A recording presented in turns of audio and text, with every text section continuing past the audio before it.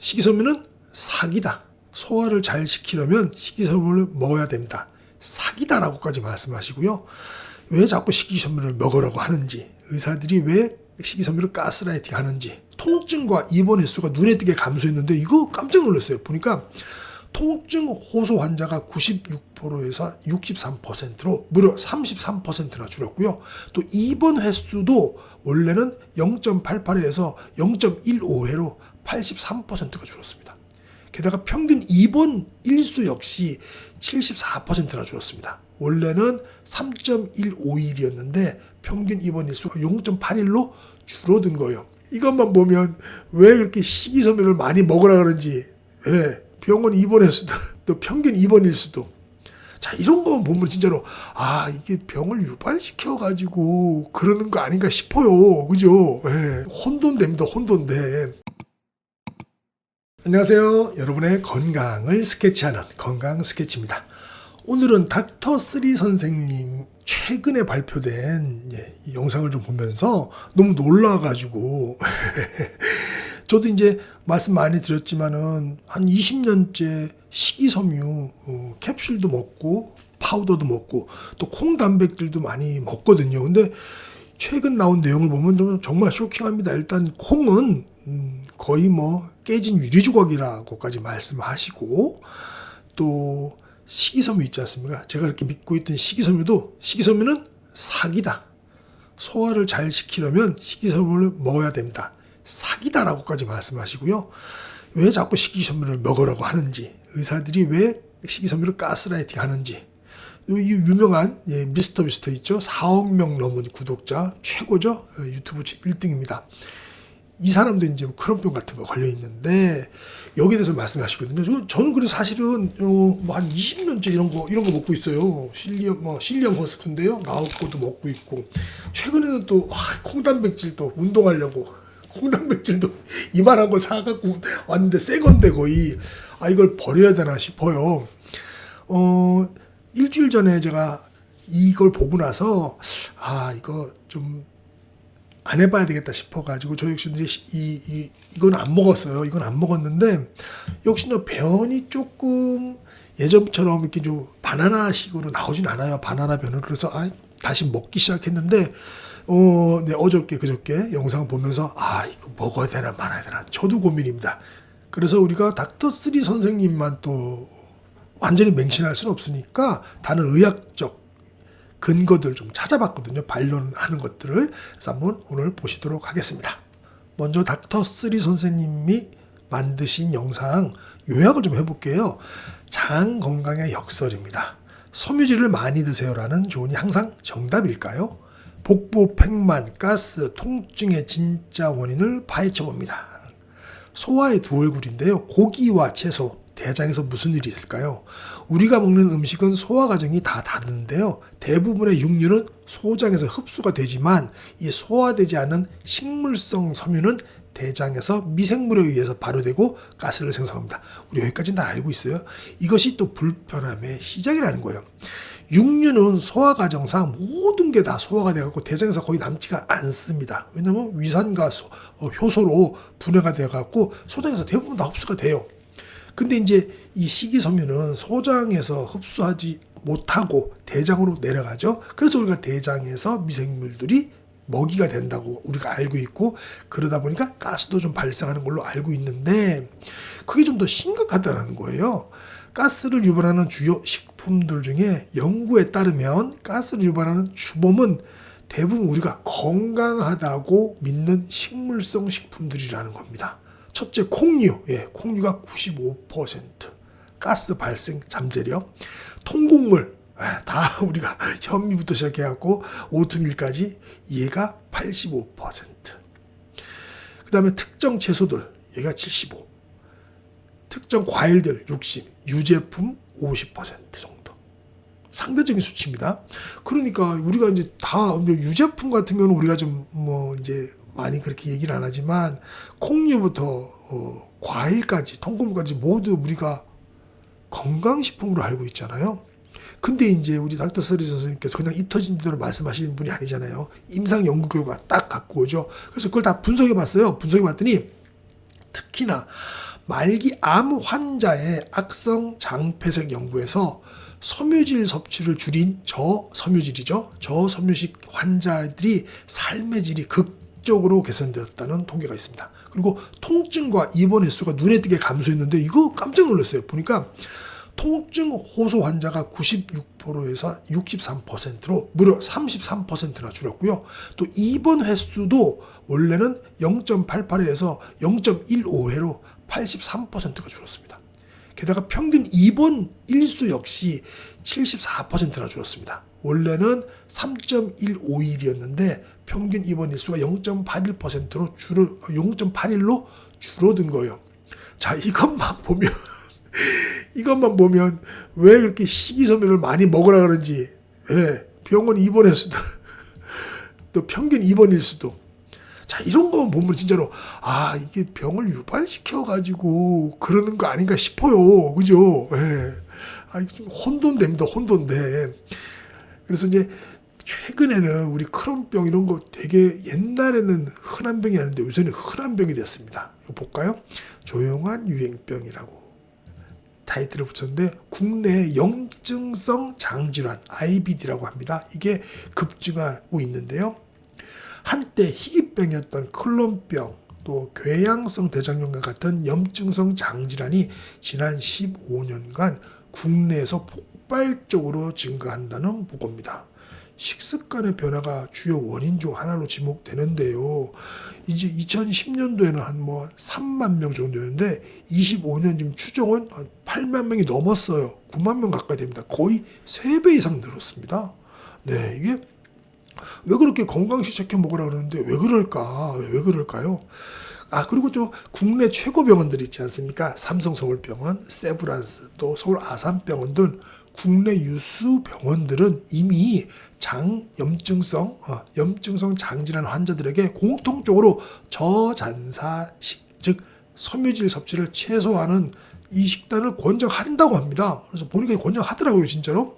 저잔사식이 저섬유식이라는 얘기입니다. 그래서 권장식품을 보면 완전히 도정된 곡물, 우리가 흰쌀, 흰빵 먹지 말라 그랬잖아요. 근데 이분들에게는 된다라는 거예요. 오히려 권장한다는 겁니다. 그리고 껍질과 씨를 제거하고 부드럽게 익힌 채소, 또 껍질과 씨를 제거한 과일 주스, 우리가 흔히 알고 있는 혈당 높이고 이거 몸에 나쁘다고 알고 있는 것들이잖아요. 그리고 기름기, 힘줄이 없는 부드러운 육류나 생선, 계란, 또 유제품까지 권장을 하고요. 피해야 할 음식으로 우리가 알고 있는 통곡물, 현미, 잡곡, 콩류, 견과류, 씨앗류. 나 견과류도 맨날 한 조씩 먹는데 이게 좀 혼돈이 옵니다. 그리고 생채소, 또 질긴 채소, 양배추, 브로콜리, 우리가 절대적으로 알고 있는 건강식품들이죠. 생과일, 말린 과일, 껍질째 먹는 과일, 질긴 부위의 육류, 튀긴 음식은 당연히 안 좋고, 탄산음료, 자극적인 향신료는 권장하지도 않고요. 어차피 제가 건강식으로 먹었던 것들, 이게 전부 다 피해야 할 음식입니다. 물론 이건 특정 질환, 그러니까 염증성 장질환 환자들에게 있는 겁니다. 일반인들은 괜찮을 것 같은데, 근데 계속 그렇게 먹다 보면 결국 이런 병이 걸리지 않을까요? 저는 그게 좀 더 걱정되는 거예요. 또 실제 사례까지 나오는데요. 와, 이것도 깜짝 놀랐어요. 이 14세 크론병 소년이요, 수술 권유까지 받았는데 이 소년이 저탄수화물, 고지방 식단, 그러니까 주로 동물성 고기만 먹었죠. 시작했는데 결과는 놀라웠습니다. 식단 치료 10년 후에 크론병 관해가 됐습니다. 이 친구가요, 2주 만에 모든 약물을 중단했고요. 10년간 재발 없이 지금 건강하게 살고 있고, 게다가 정상적인 키와 체중으로 성장했다고 합니다. 그리고 다른 또 일례는 보면은 대장 절제술 환자의 증언을 보면은 제 대변 주머니에서 고기 조각을 본 적은 한 번도 없어요. 하지만 옥수수, 당근, 완두콩은 그대로 나오죠. 어떨 때 진짜 그러죠. 동물성 음식은 위산에서 완전히 액화됩니다. 대장 절제술 후에 인공제 장루를 착용한 환자예요. 어떤 음식이 소화가 되고 어떤 음식이 남는지 직접 눈으로 확인한 거죠. 이건 꼭 이분 얘기 아니더라도 그렇죠. 그래서 그의 경험상 육류의 높은 소화율, 그리고 식물성 식품의 낮은 소화율을 명백히 보여줍니다. 우리도 어쩔 때 뭐 애기들 특히 보면은 뭐 그냥 껍질 같은 거 그대로 나오잖아요. 그러니까 아이고 이것만 보면은 와 이거 진짜 내가 이때까지 건강식으로 믿었던 걸 갖다가 계속 먹어야 되나 이런 좀 그것도 좀 들어요 사실은.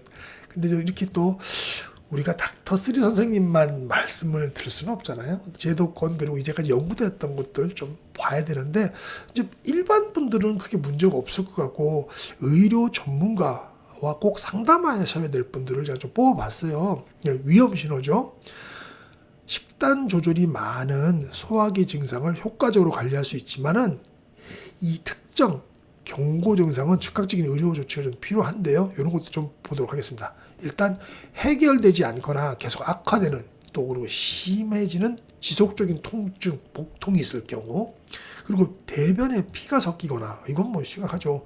검고 끈적끈적한 타르 같은 대변, 흑색변이 나오실 경우 그리고 설명할 수 없거나 의도지 않게 체중 감소가 되시는 분들 그리고 간단한 식단 또는 생활 습관 변화로 개선되지 않는 지속적인 설사 또는 변비 설사 변비가 지속된다는 것은 굉장히 큰 일이죠.